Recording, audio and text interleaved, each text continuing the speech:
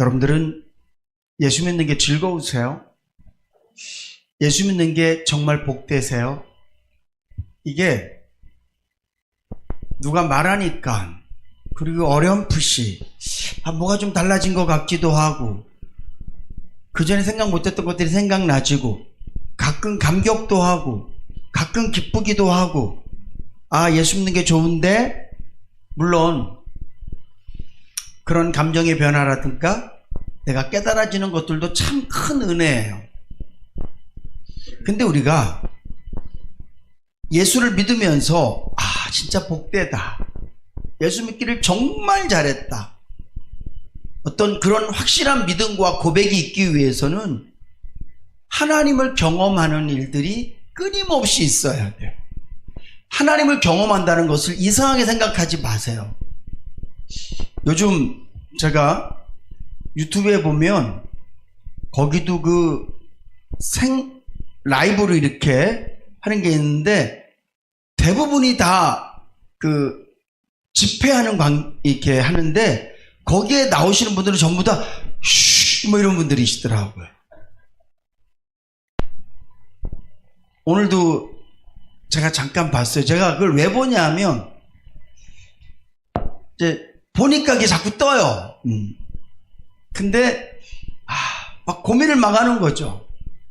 오늘도 어떤 여자분이 이렇게 막 귀신 들려 막 소리 지르고 막 그러고 막 나왔다 그러고 막 그러는데, 제가 함부로 그걸 판단할 수 없죠. 이게 하나님의 역사인지 성령의 역사인지 아니면 그냥 인간적인 그런 것인지 제가 판단할 수는 없지만, 그러나 제 마음에 썩 좋아 보이지는 않아요. 뭐든지 다 귀신이래. 감기 걸려도 귀신, 그거는 성경적이지 않아요. 진짜 귀신 들린 사람도 있는가 하면 병든 사람도 있거든요. 그러면서 막 다 쫓아내고 그러는데, 신기한 건 나요. 이게 막 속상해. 아니, 하나님께서 저 같은 목사에게 돈을 많이 주시면 제가 얼마나 좋은 데 쓰겠어요. 저 같은 목사에게 능력을 주시면 제가 얼마나 예쁘게 아름답게 기도하면서 쓰겠어요. 아닌가요? 하나님 저를 어련히 알아서 때로는 막으시고 때로는 주시기도 하고 안 주기도 하시겠습니까? 딱 저를 아시겠죠. 저도 틀림없이 뭐가 많으면 엉뚱한 짓 할 것 같으시니까 안 주시는지 모르겠지만, 좀 그런 걸 보면서 좀 답답하다, 힘들다, 그러면서 자꾸 보게 돼. 근데 여러분, 하나님을 경험한다는 게 무슨 귀신이 떠나가고 내가 막 어떤 일이 막 있어지고 막 기도하면 뭐가 막 엄청난 일들이 있고, 물론 저도 그런 거 사모해요. 제가 여러분들을 위해서 기도하면서 하나님 안 이루어질 줄로 믿습니다, 그랬으면 제가 기도는 할게요, 약속은 했으니까, 그러고 기도하지 않아요. 제가 이 교회 원사님에서 기도할 때도 항상 기도 끝나고 나면 저는 기대해요. 전화 한 통화 올래나? 목사님 갑자기 다리에 힘이 막 생기고 좋아요, 전화 올래나? 기대해요. 제가 우리 김덕수 장로님 병문안 가서 다리 막 주물러들면서 계속 기도하면서 하나님 제발 제발, 그리고 제가 기대하는 거죠. 목사님 그때 문병 와서 다리 한번 주물러 주면 힘이 났어요. 근데 저는 안 오더라고.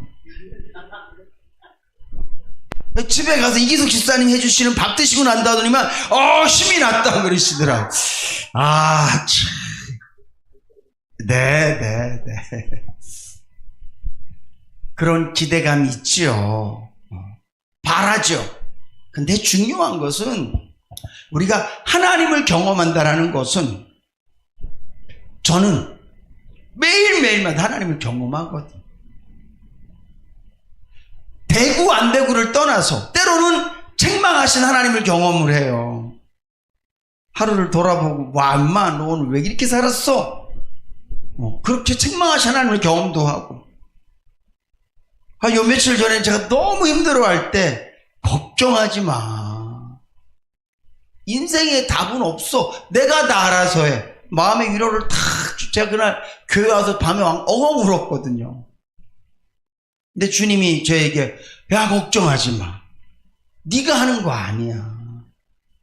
그래서 제 마음을 위로해 주시고 또 그냥 아무런 일도 없는 가운데서도 그냥 주님이 함께 계신 게 느껴지면서 오늘도 내가 주를 위해 살겠습니다. 오늘도 하나님의 기쁨이 되보겠습니다.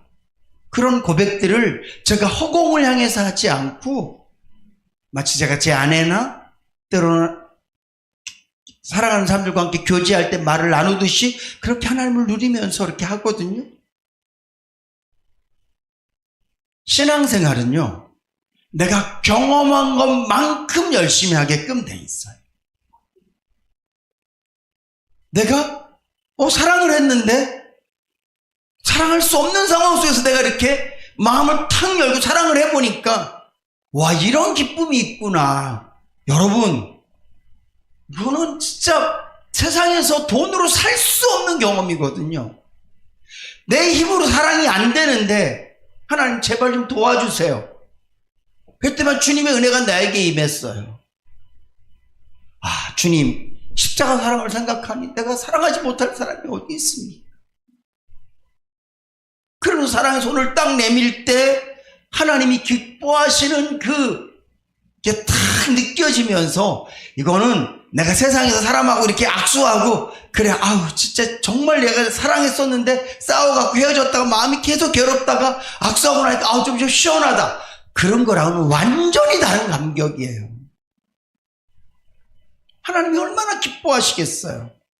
기뻐하신 하나님의 기쁨이 나에게 탁 느껴진단 말이에요.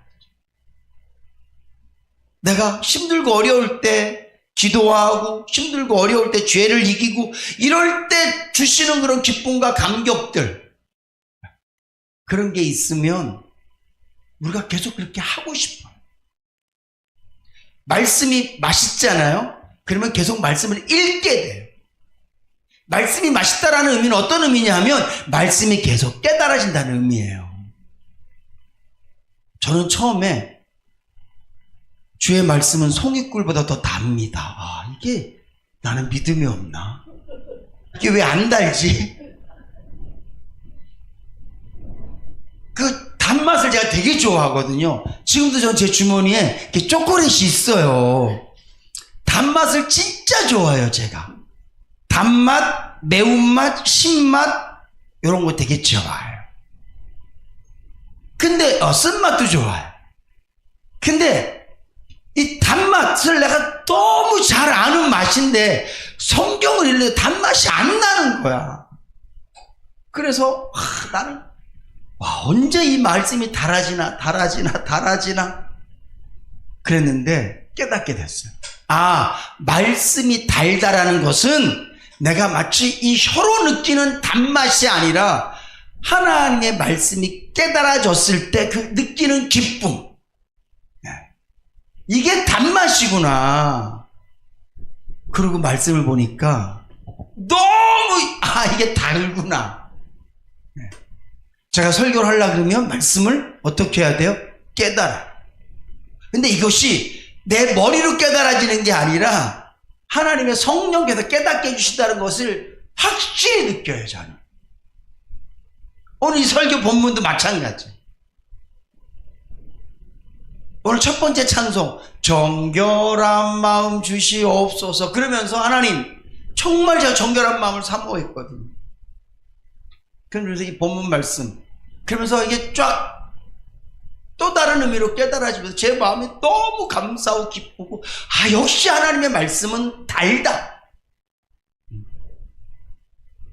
이게 달아지잖아요? 그러면 말씀을 막 읽는 게 아니라 말씀이 묵상하는 게 진짜 좋아져요. 그러니까 끊임없이 말씀을 묵상해요. 왜? 말씀을 읽고 묵상해야 깨달아지니까. 제가 우리 장재간 선교사님을 꼬실 때 나랑 사귀자고 꼬신 게 아니라 어차피 당신 망했으니 주의 일을 하십시오. 그리고 그 전부터 하나님께서 자기를 부르시는 게 있었는데 해야 되나 말아야 되나 계속 손익계산서를 따지는 거야. 이게 어느 게 더 좋은가. 그때 제가 딱 한마디로 정리해 줬어요. 주의 길을 가면 하나님의 말씀이 얼마나 나에게 단지, 그리고 그 말씀을 하루 종일 묵상하는 게 너의 일이 된다. 그러니까 해라. 어차피 인생 한번 살다 가는데 뭘 먹을까? 어디서 돈 벌까? 어떻게 하면 될까? 그분 경매하셨잖아요. 그게요, 진짜 복잡해요. 얼마를 써내야 내가 당첨될지부터 시작을 해서 그거 하려면 뭐 여기저기 다니면서 막 해야 되고, 또 경매 받으면 또 살고 있는 사람 또 내보내야 되고, 너무 복잡한데 그런 거 생각 안 해도 살 수 있어. 말씀만 묵상하면 살 수 있어. 그래서 그분이 저랑 그때 한 달 동안 거의 매일 얘기했거든요. 저희 집에 와서 같이 밥 먹고 잠만 따로 잤어요. 교회에서. 그러면서 제 모습을 보고, 아, 진짜 말씀 묵상하는 게 좋은가 보다. 그래서 지금도 저한테 그 얘기예요. 목사님이 저를 그렇게 꼬셨습니다. 하나님의 말씀만 묵상하고 사는 것. 하나님께서 먹고 입을 것 책임져 주실 거고, 그러니까 나는 그냥 말씀 묵상해서 말씀이 기쁘고 감사하고 이것만 하고 사니까 이게 얼마나 좋으냐. 목사는 그것만 하고 사는 거다. 다른 직업은 그렇게 하면 쫓겨나요. 근데 이 목사는, 여러분들이 제가 장로님 저 오늘 하루 종일 말씀만 묵상했는데 그럼 장로님 뭐라 할까요? 목사가 돼갖고 말씀만 묵상하고. 안 그래요. 우리 목사님 최고 이럴걸요 아마. 와, 우리 목사님은 하루 종일 말씀만 생각하는데 저 안 그래요. 딴 생각도 많이 해요. 그리고 얼마나 좋아할 거예요. 그러니까 이 목사 이래서 참 좋은 거거든. 다시 돌아가면 이렇게 내가 예수를 믿으면서 경험이 생기고, 어떤 내가 신앙의 행위, 하나님의 말씀대로 나를 포기해보고, 하나님 말씀대로 나를 낮추어보고, 하나님의 말씀대로 기도도 해보고, 하나님 말씀대로 전도도 해보고, 하나님 말씀대로 사랑도 해보면 신앙의 행위에 따른 열매들이 있는데 이 열매는 달아요. 그러면 이 행위를 멈출 수가 없어요. 오늘 성경 본문 말씀에 보면 복이 있는데 어떤 복이 있냐면 하나님이 보인대요. 여러분, 우리가 하나님이 보이는 복을 체험을 하면 도대체 이 복은 어떻게 받는 거지? 나 할래 해볼 거야 막 이러고 달려들걸요. 오늘 성경 말씀에 보니까 마음이 청결한 자는 복이 있다. 저는 이 말씀을 이렇게 여러분들에게 적용해 드리고 싶어요. 우리가 예수를 믿으면 우리 안에 새롭게 생기는 게 있어요. 뭐가 생깁니까? 가장 큰 게 믿음이 생겨요. 예수 믿기 전에는 거짓말 하지 마. 우리 보통 우리 집에 뭐 있다 그러면 못 믿으면 뭐라 그래요? 사기치지 마. 엊그저께 오늘 아침이었나? 이게 좀 약간 지혁이가 저한테 아빠 구라치지 마 저한테 그러더라고요. 그래서 이씨, 야 누구한테 배웠어? 5학년 형이 자기한테 구라치지 말라 그랬다는 거야. 야 그런 말 쓰지 마. 그것도 아빠한테 어떻게 구라치지 말라 그래. 내가 그랬더니 그거 쓰면 안 되는 말이야. 그거 안 되지. 친구들한테도 하지 마. 그런 말 하지 마. 그러니까 우리가 무슨 말을 했을 때 못 믿으면 거짓말 하지 마. 이렇게 얘기한단 말이에요. 그랬는데 내가 그것을 보게 되고 믿게 되면 나도 이제 믿어 이렇게 되거든요. 예수를 믿으면 제일 먼저 바뀌는 게 뭐냐면 불신이 믿음으로 바뀌는 줄로 믿으시기 바랍니다.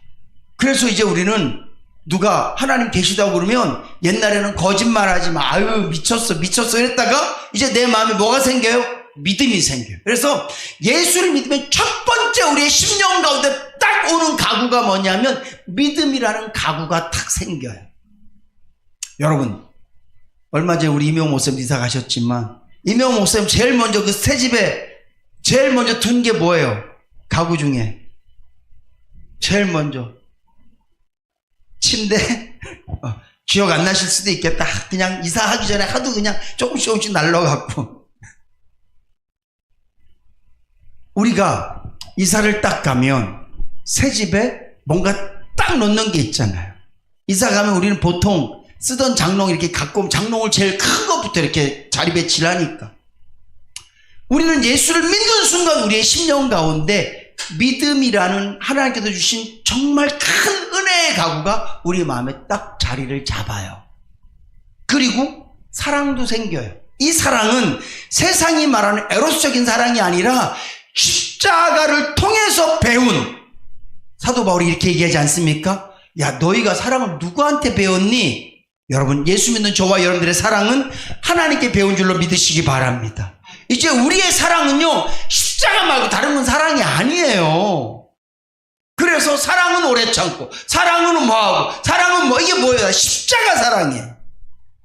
진리와 함께 기뻐하고. 십자가 사랑이거든요.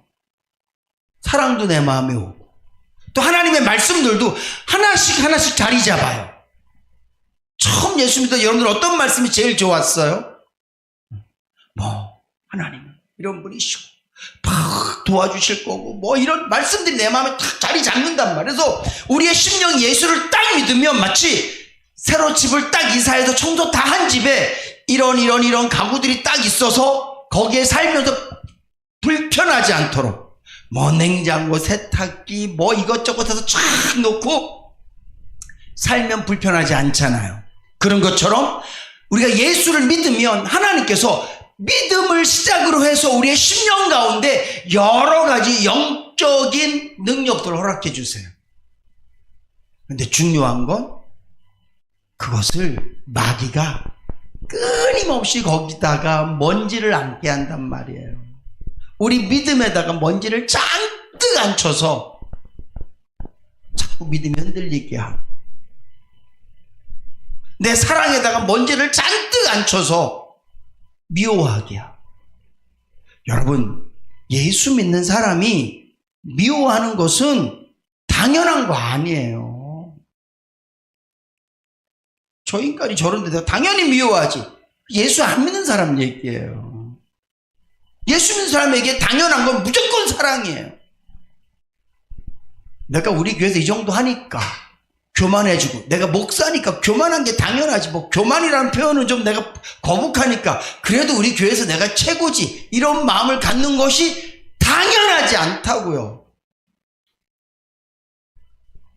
근데 우리의 심령 가운데 예수를 믿으면 하나님께서 기뻐하시는 겸손도 오고, 특별히 하나님의 성령께서 우리 안에 거하시기 때문에 성령의 열매도 우리 안에 막 맺혀 있단 말이에요. 근데 거기에 먼지들이 쫙 찌는 거예요. 그래서 마음이 청결한 사람은 복이 있나니라고 말하는데, 여기서 말하는 청결은 깨끗하게 되는 거거든요. 싹 다 버리는 게 아니에요. 이제 우리는 예수를 믿기 때문에 우리의 심령에는 하나님께서 주신 선물들이 가득 있는 줄로 믿으시기 바랍니다. 그런데 이 선물에 너무 오랫동안 안 써서 때가 끼고, 심지어는 작동이 안 될 정도로 너무 녹슬어 있어요. 난 사랑이 잘 안 되는데, 말씀 읽기가 안 되는데, 난 기도가 안 되는데, 나는 겸손이야, 나는 희생이야. 희생은 난 처음 믿을 때부터 안 됐어. 난 이건 못해. 이건요, 하나님께서 이미 성령님을 통해서 나에게 다 주신 영적인 순기능들인데, 내 자아가 너무 세서 한 번도 써본 적이 없는 거예요. 집에 세탁기가 딱 있는데 나는 손빨래가 너무 좋아. 한 번도 안 쓰고 손빨래만 한 거야. 그냥 손이 부르트고 물집이 생기고 그냥 그러도록 나는 계속 이거 할 거야. 혹시 여러분들 중에 나는 희생 못해요, 헌신 이런 건 말도 하지 마세요, 내가 그걸 어떻게 해요? 아니요. 예수를 믿는 순간 우리 모두는 하나님의 성령께서 우리 안에 거하시기 때문에 할 수 있도록 능력을 이미 주신 줄로 믿으시기 바랍니다.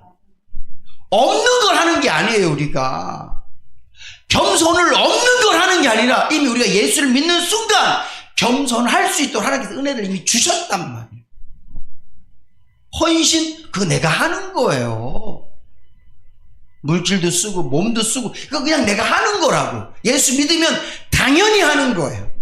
근데 시작부터 내 자아가 너무 강해서 다 꾹 누르고 있는 거야. 너 하지 마. 넌 하지 마. 그리고 나는 원래 그런 사람이니까 당연해.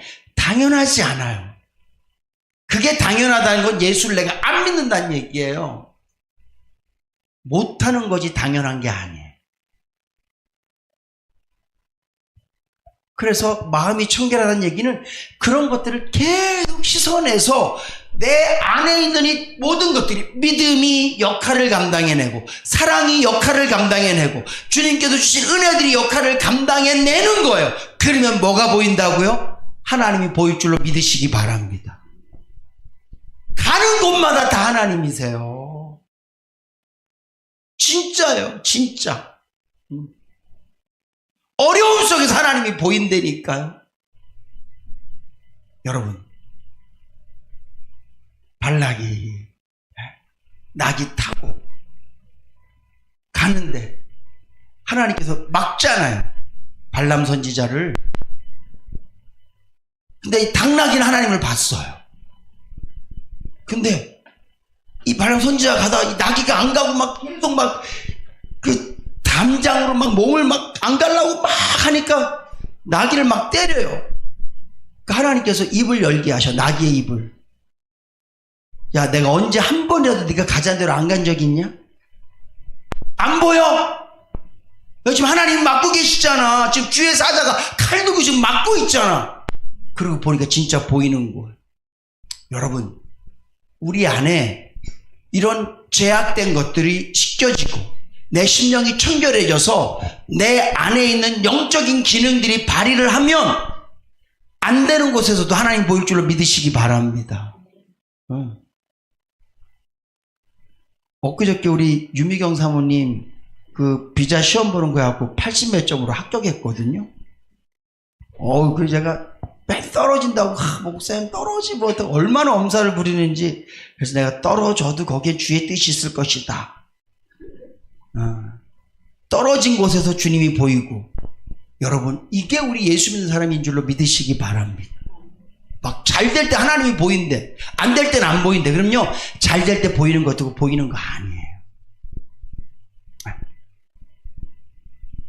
그러니까 내 안에 심령이 청결해지면 하나님께서 기뻐하시는 영적인 기능들이 다 살아나지잖아요.